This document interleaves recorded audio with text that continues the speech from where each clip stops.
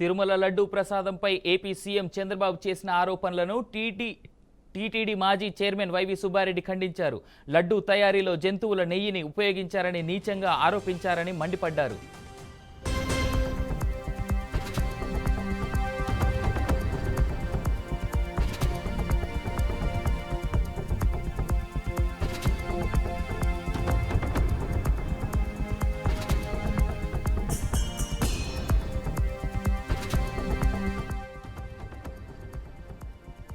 Tirumala laddu ప్రసాదంపై AP CM Chandrababu చేసిన ఆరోపణలను TTD మాజీ చైర్మన్ వైవి సుబ్బారెడ్డి ఖండించారు.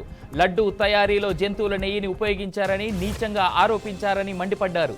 చంద్రబాబు తన వ్యాఖ్యలు వెనక్కి తీసుకోకపోతే చట్టపరంగా న్యాయపరంగా ముందుకు వెళ్తామని స్పష్టం చేశారు.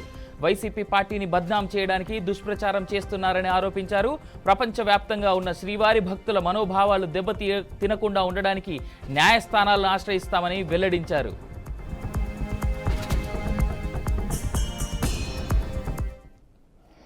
ముఖ్యమంత్రి చంద్రబాబు నాయుడు గారు మాట్లాడారు. అది తెలిసిన వెంటనే నేను గత ప్రభుత్వంలో టీటీడీ చైర్మన్గా 4 సంవత్సరాలు ఉన్న ఆ బాధ్యతలో ఉన్నప్పుడు మేము చేసిన కార్యక్రమాల వల్ల భక్తుల మనోభావాలు కాపాడుకుంటూ వచ్చాం కాబట్టి దానికి ఇమీడియట్గా నేను రియాక్ట్ అయ్యి ఒకటే చెప్పడం జరిగింది. నేనెట్లా హిందువైండు వెంకటేశ్వర స్వామిని కలియుగ ప్రత్యక్ష దైవంగా భావిస్తూ పూజిస్తాను. నిజంగానే చంద్రబాబు నాయుడు గారు కూడా ఆయన కూడా చెప్తాడు కాబట్టి ఆ విధంగా ఇంత గొప్ప ఇంత పెద్ద నెపం వెంకటేశ్వర స్వామి పవిత్రను దెబ్బతీసే విధంగా, భక్తుల మనోభావాలు దెబ్బతీసే విధంగా స్వామివారికి సమర్పించే నైవేద్యాల్లో భక్తులకి ఇచ్చే లడ్డుల్లో ఆ మాట అంటానికే ఒళ్ళు గగురుపాటు కలుగుతుంది.